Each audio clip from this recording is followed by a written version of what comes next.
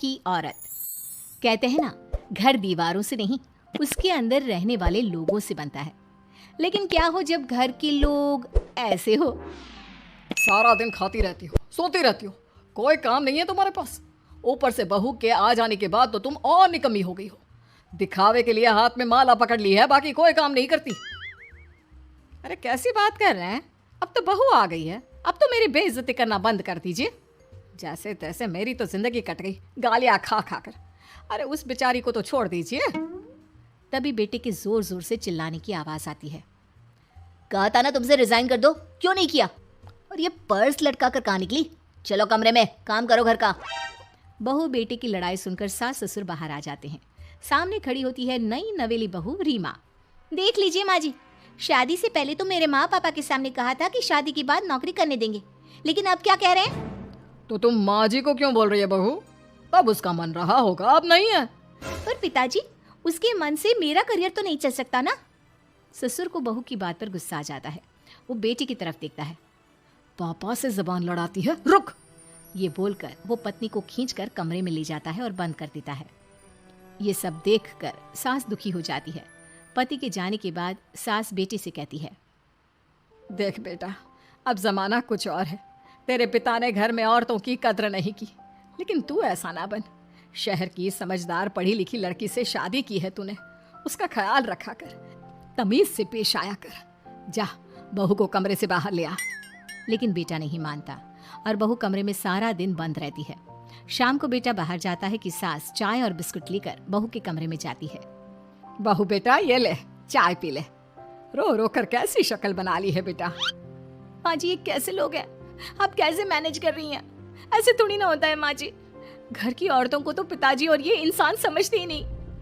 क्या करूं बेटा, मैंने तो जैसे तैसे सह लिया, लेकिन तू ना सहना। दोनों बात कर ही रहे थे कि ससुर आ जाते हैं। अच्छा, तो अब बहू को भड़का रही हो? बहुत दिन हो गए मार खाए, अब क्या बहू के सामने खाओगे? जाओ यहाँ से, और जरूरत नहीं है ज्यादा इस लड़की को सर पर चढ़ाने की, समझी? बहू को ससुर की बात पर गुस्सा आ जाता है, लेकिन वो कुछ नहीं कहती। आए दिन बहू देखती है कि कैसे उसकी सास और उसके साथ उसका ससुर और पति गंदा व्यवहार करते हैं। फिर एक दिन, ये क्या बनाया है? खाना बनाना नहीं आता क्या? ये बोलकर वो खाने की भरी सारी थाली फेंक देता है। अरे बेटा कोई बात नहीं, शांत हो जा, मैं अभी बाहर से कुछ मंगवा देता हूँ। हाँ पापा, ऑर्डर करिए। ऐसे खाने से तो पेट भरने से रहा। वैसे खाना तुमको बनाना आता नहीं और बाहर जाकर नौकरी करना चाहती हो। अरे तुम जैसे को तो पूछते भी नहीं है बाहर। बहू को पति की बात पर गुस्सा आता है, तभी सास बोल पड़ती है।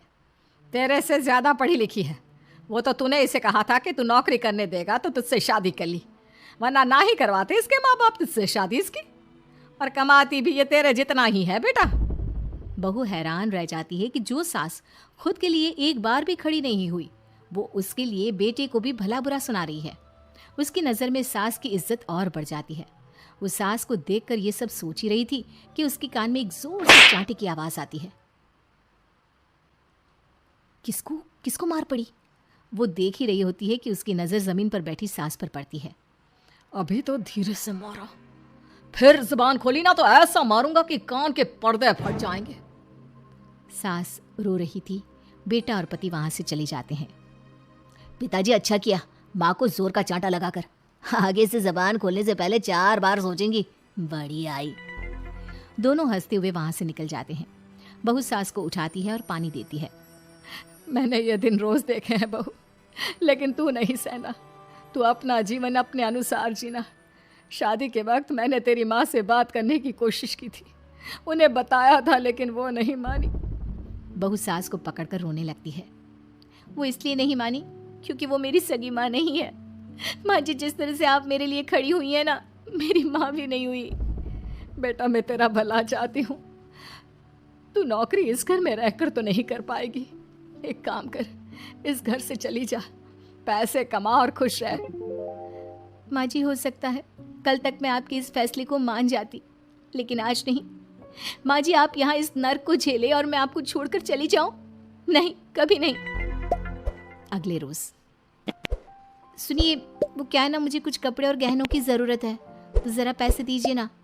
अब आप घर के मर्द हो तो पैसे तो आपसे ही मांगूंगे ना। बुरा तो नहीं लग रहा ना आपको? नहीं नहीं, बुरा क्यों लगेगा? ये लो कार्ड, कर लेना शॉपिंग। अगले रोज बिजली का बिल आया है 10,000 का, भर दीजिएगा। इतना बिल कैसे आ गया? बेटा वो क्या है ना, सारा दिन बहू घर में रहती है तो कमरे में एसी और टीवी चलता रहता है। अब कम से कम बाहर जाए तो 4 पैसे कमा कर लाए। लेकिन हम लोगों को थोड़ी ना औरत की कमाई खानी है, वो तो मर्द ही करता है ना। पति पर्स देखता है और फिर हाँ माँ, ठीक बोल रही हो। खैर चलता हूँ, ऑफिस का वक्त हो गया है। पति ऑफिस से पिता को फोन करता है। पापा, घर के खर्चे तो बढ़ते ही जा रहे हैं, ऊपर से महंगाई आप देख रहे हैं। मैं सोच रहा हूँ क्यों ना मीना को नौकरी के लिए हाँ कर दूँ, 4 पैसे ही लाएगी ना घर में।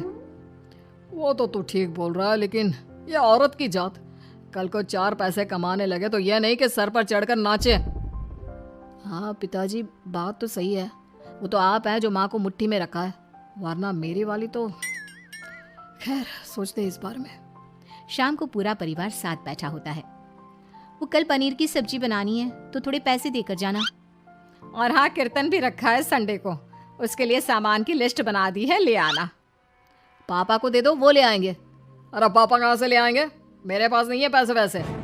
लो, पैसे ही नहीं है? मेरे पापा की जेब तो हमेशा नोटों से भरी रहती है। बेटा, लक्ष्मी को जो पूछता है ना, उसके पास लक्ष्मी रहती है। जो घर की औरतों को मारे पीटे, वो भला कैसे लक्ष्मी का लाभ ले सकता है? वाह वाह, क्या बात है, तो जबान खुल रही है तुम्हारी। लगता है भूल गई पुरानी मार और डांट, क्या? हाँ माँ जी, शांत हो जाइए। मैं नहीं देख सकती आपको मार खाता, और फिर हो सकता है कि मैं आपको बचाने आऊँ तो ये भी मुझे मारे। ठीक है बहू, मैं कुछ नहीं कहती, तू ये लिस्ट बस दे दे, मैं चलिए आराम करने। फिर अगले रोज, सुनिए जी, वो मायके जाना है। वो क्या है ना, शादी के बाद से गई नहीं, तो ट्रेन की टिकट बुक करवा देना। तो मैं भी तो साथ जाऊंगा ना तुम्हारे। तो ठीक है, फिर फ्लाइट की ही टिकट करवा दीजिए। वो क्या है ना, अच्छा थोड़ी ना लगता है आप पहली बार मेरे साथ जा रहे हो और हम ट्रेन से चले, ठीक है ना? पति ऑफिस जाता है, जहाँ उसका दोस्त कहता है, अरे क्या हो गया यार, परेशान सा दिख रहा है। तेरी तो नई नई शादी हुई है, भाभी परेशान कर रही है क्या? अरे नहीं यार, तू तो जानता है थोड़ी सी कमाई में घर चलाना मुश्किल हो रहा है। तू कैसे मैनेज करता है यार? कैसे क्या यार, तू जानता है ना मेरी बीवी रिया को, वो टीचर है, फिर घर में ट्यूशन करती है, साथ में बच्चे भी पढ़ लेते हैं। यार घर नाम की गाड़ी दोनों पहियों के साथ चलने से ही चलती है। वो भी कमाती है और मैं भी, और चल रहा है घर बस।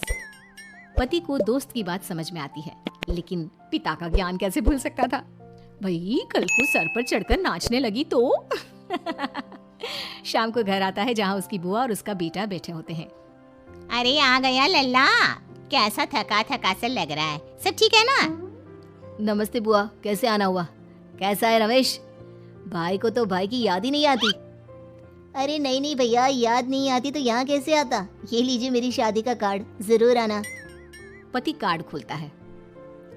डॉक्टर रश्मि? अरे वाह, तेरी होने वाली बीवी डॉक्टर है।